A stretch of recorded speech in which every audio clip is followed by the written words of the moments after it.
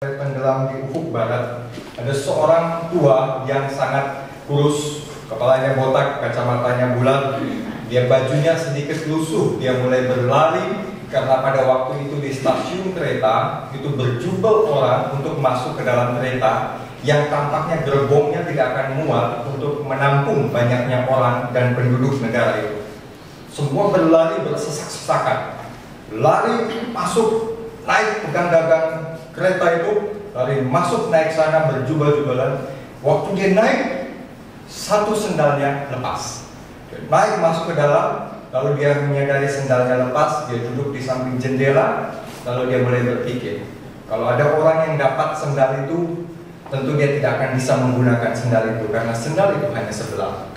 Lalu apa yang dia lakukan? Dia buka kaca, dia ambil sebelah sendalnya dan dia lemparkan keluar dengan sebuah pemikiran dalam pikiran dia bahwa sekiranya orang menemukan sendal itu, dia bisa memakai sendal itu walaupun itu sendal. Hidup yang dipenuhi dengan kasih akan melahirkan sebuah sikap kemurahan.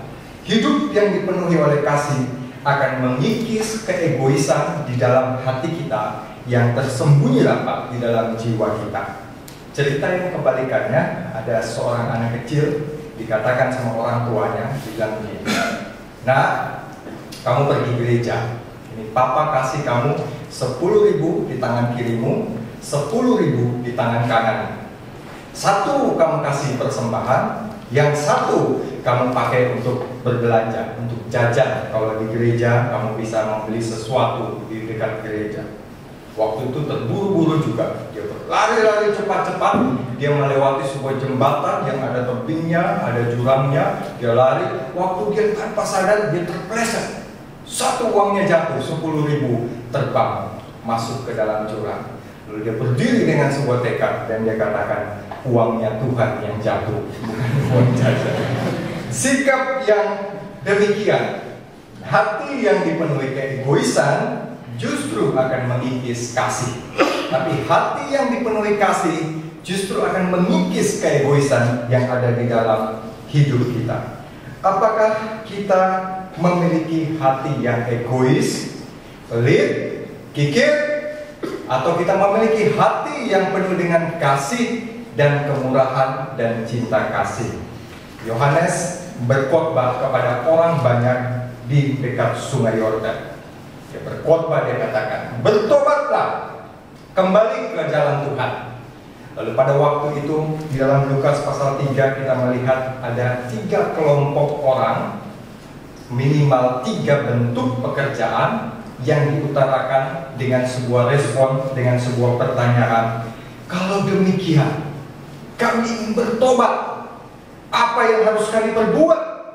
Mereka bertanya dengan nada, guru, apa yang harus kami perbuat? Ada motivasi dalam hati mereka untuk berubah. Ada motivasi dalam hati mereka untuk melihat kembali apa yang mereka kerjakan di dalam diri. Saya katakan, di dalam setiap pekerjaan, di dalam setiap jiwa kita selalu memiliki bentuk keegoisan.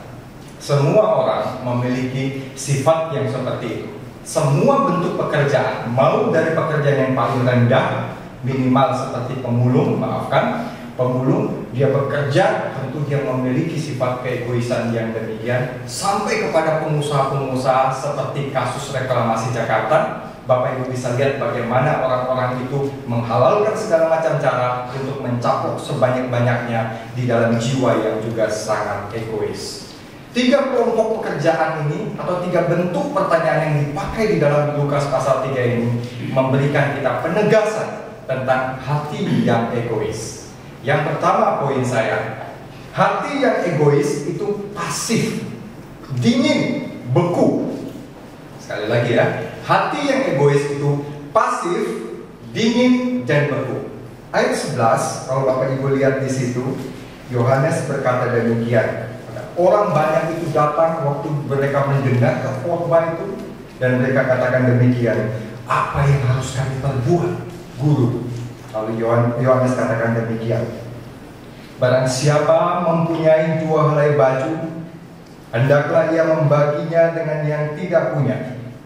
Barang siapa yang mempunyai makanan, hendaklah ia berbuat juga demikian. Bapak Ibu Saudara yang terkasih dalam Tuhan Yesus, dan makanan itu adalah kebutuhan yang paling utama di dalam kehidupan kita.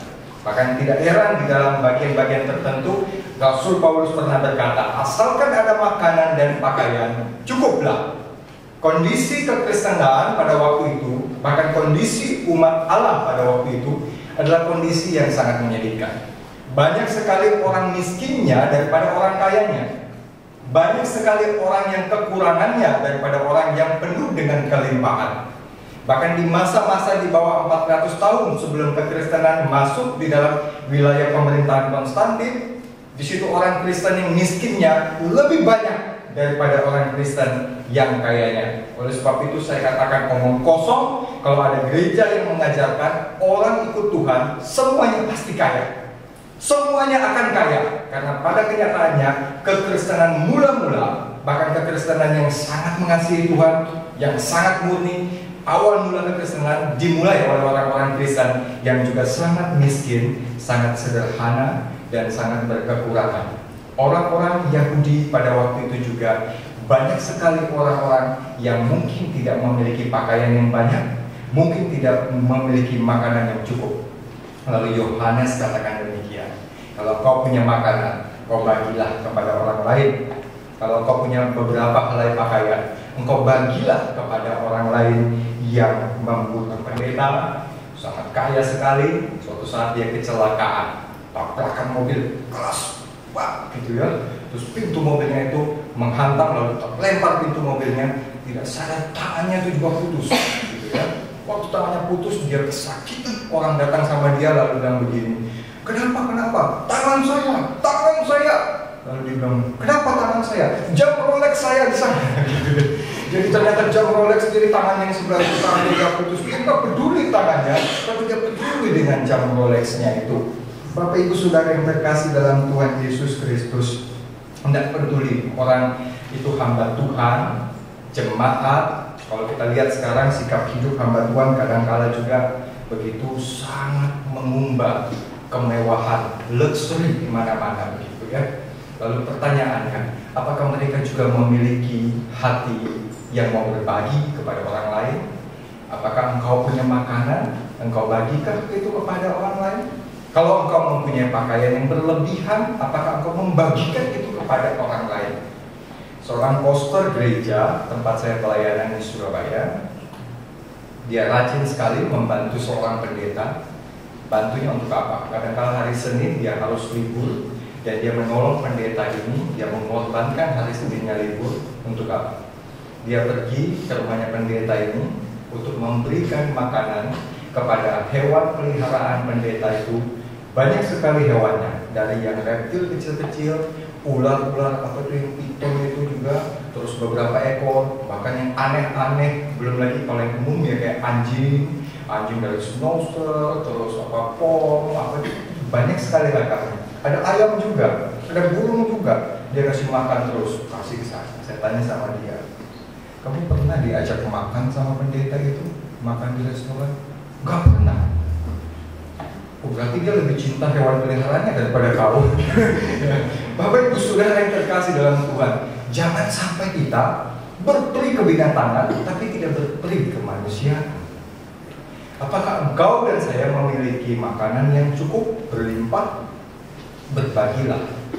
Apakah engkau dan saya memiliki baju, pakaian yang berlapis-lapis dan banyak sekali?